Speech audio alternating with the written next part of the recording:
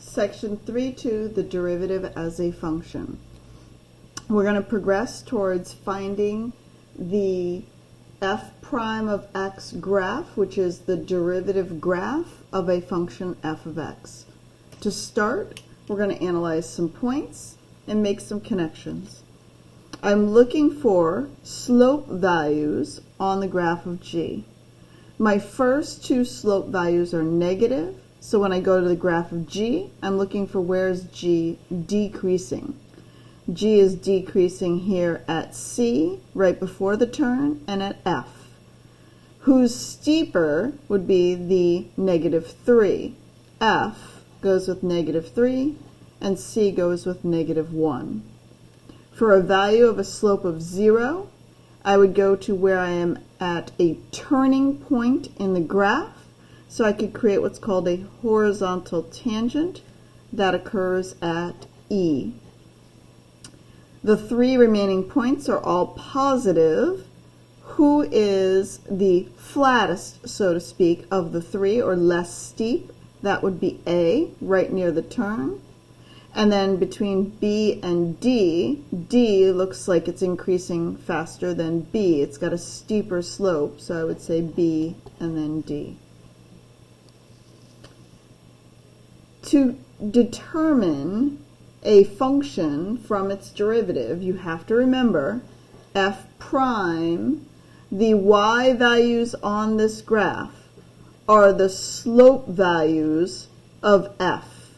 It's really a neat concept, but the y values are the slope on f, or the slopes on f.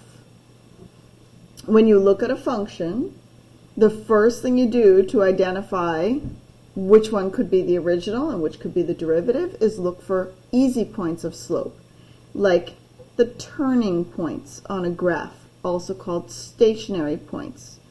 And when you look at these turning points, then you say, well, the derivative is 0 at that moment. So if I'm on this function right here, its slope is 0. Notice the other function is at 0. When it hits its next 0, this one's also at 0.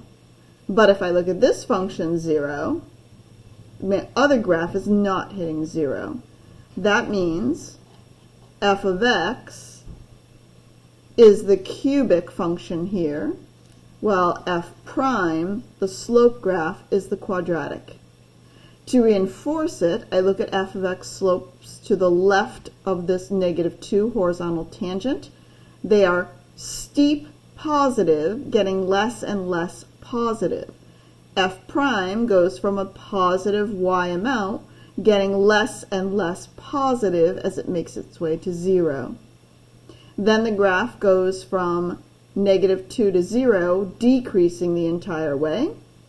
The derivative graph is below the x-axis. So what's going on here is I'm getting steeper and steeper in a negative sense until I reach its maximum steepness about here at -1, which corresponds to the derivative graph bottoming out here, because that's the steepest negative slope. And then it changes again, getting less and less steep, heading towards a slope of 0. In B, go for the horizontal tangents and look to see if any of these horizontal tangents line up to where the other function would be 0. So I start on the red 4th degree function. I have a horizontal tangent here, hitting 0. Horizontal tangent here, hitting 0. Here, hitting 0. So it's looking like f of x is the 4th degree function, and the cubic would be the derivative. To ensure it, I'm going to say, okay, I go flat here, so there's a 0, but it's a little off center. Then I go again flat here, but there's no 0. F prime must be the cubic. There is a connection in polynomial functions that the derivative graph is a degree less. So that is one connection between a function and its derivative. For the next one, we're going to draw the derivative graph. So to draw the derivative graph, I first recognize this is quadratic. Its derivative should be linear. and I'm going to find the easiest points to find the slope. At 2, the slope is 0, so I know 2, 0 is on the derivative graph. Then grab yourself a ruler and work on pausing the video and finding the slope at 0, 2.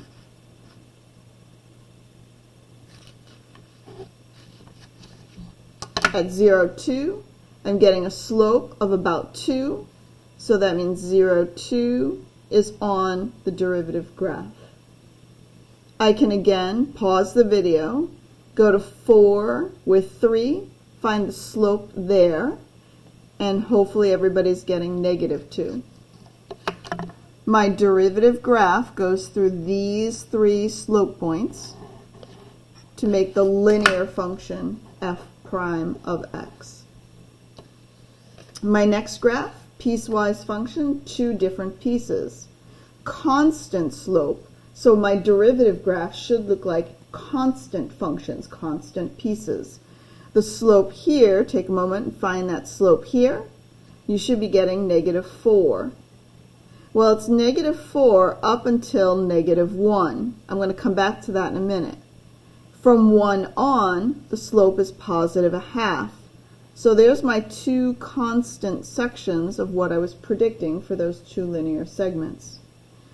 At negative 1, we have what is called a corner. So 1, comma, 1 is a corner in my graph.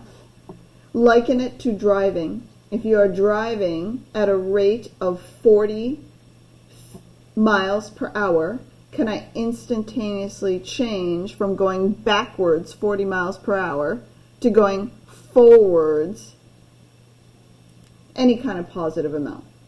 You cannot instantaneously change one slope to another. So in calculus, we call this a point of non-differentiability. So x equaling negative 1, oops, forgot my negative there, is a point of non-differentiability. That means I can't find the derivative at that moment. The long-winded word.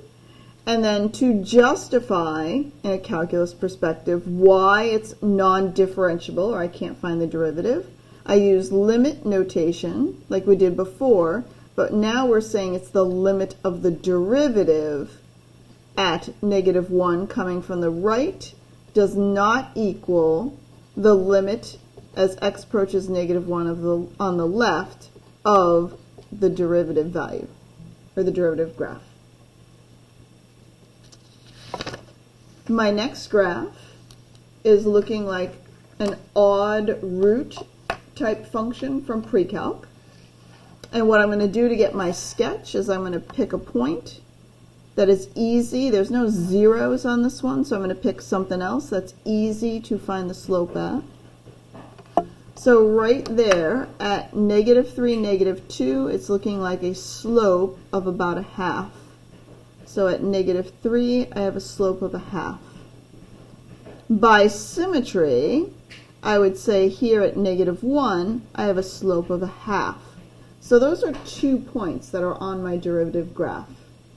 I notice that it's going up, but it's at a lesser and lesser rate as I progress right and left. So this function is always increasing, which means its derivative is always positive, getting less and less positive. Well, what happens right here at negative 2? Look at that vertical piece. It looks like if I tried to draw the tangent line here, I'd be going straight up and down. This is what we call a vertical tangent in the graph because it gets so infinitely steep. How to describe so infinitely steep as I approach it is to take and connect up towards that vertical asymptote. And then the flattening towards 0 would go towards a horizontal asymptote. On the other side, it's still infinitely steep to start and getting lesser and less steep. So this is the piece that's going to 0, and this is the piece that's getting infinitely steep. My f prime graph is now above the x-axis at all times to represent the fact that I have an increasing function. And we're going to say x equaling negative 2 is what we call a point of non-differentiability because I have a vertical tangent.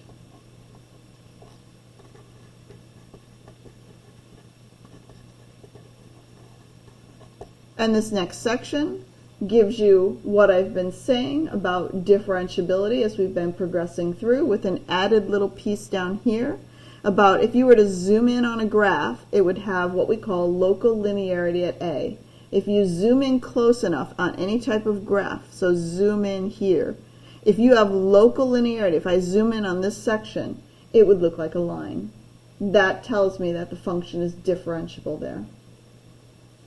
We're looking at number 12 here. I have a function, and I'm going to identify the points that are continuous but not differentiable. Starting on the left, working to the right, continuous but not differentiable. See the bend in the graph? I instantaneously change my rate of travel. Can't do that. So we would say x equals negative 5 is continuous but not differentiable. I keep going to the next spot where it would be continuous but not differentiable. Here's another one of those vertical tangents at 0. So that'll go on the list. And then I see another corner cusp. This actually is called a cusp when it's not linear, and it's other functions coming together as a point.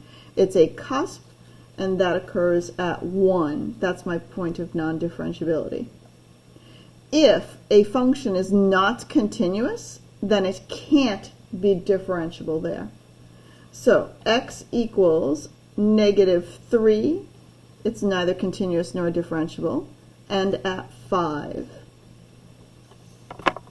All the possible notations to indicate derivative are given here, as well as the derivative at a point here. Just start becoming more familiar with all the different ways to say instantaneous rate of change. We can also find the slope of our slope graph. That is this thing right here. It's called the second derivative. And what it's doing is it's finding the slope of the slope graph. So the slope of f prime. Here's all the different notations to indicate a second derivative. And you can keep analyzing slope and go to a third derivative and a fourth derivative and so on. We're going to link it back to some physics connections. If I take my position function, which most often is either referred to as s of t or x of t, then the derivative, or the rate at which your position changes with respect to time, is called the velocity function. So v is the derivative of the position function. And here's a couple of different notations that you can use to identify that. The slope of velocity, or the rate of change of velocity, is the acceleration. So v prime of t is acceleration. Or position's second derivative is acceleration.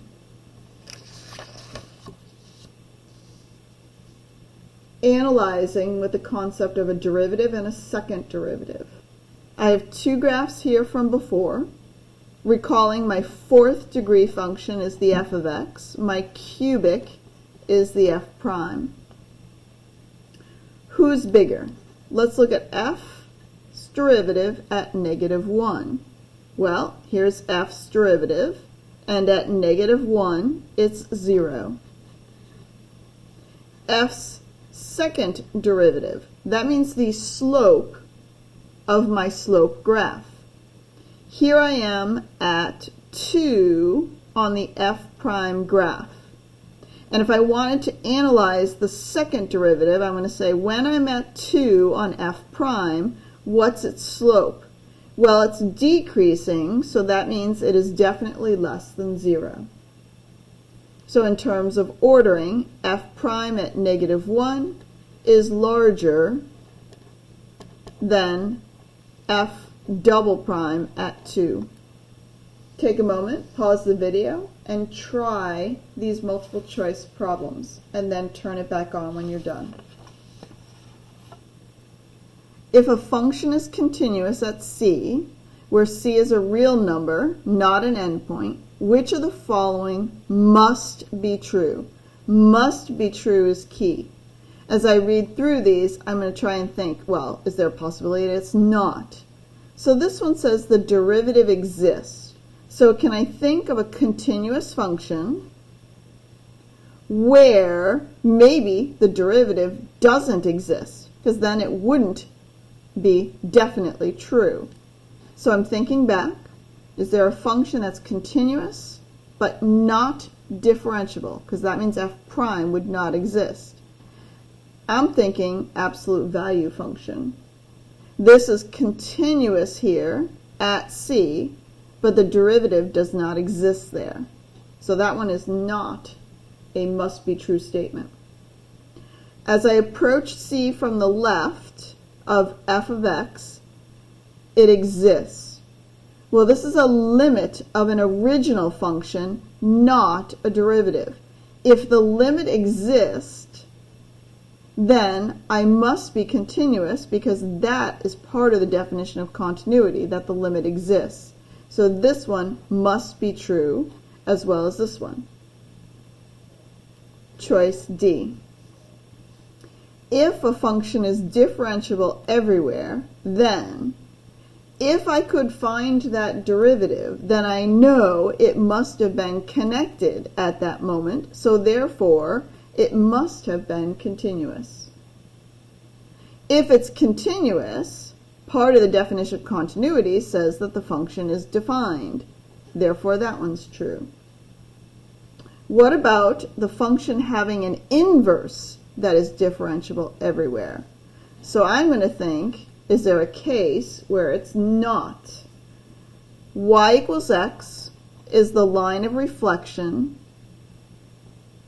for functions and inverses. I'm going to play around and take some functions and try them out.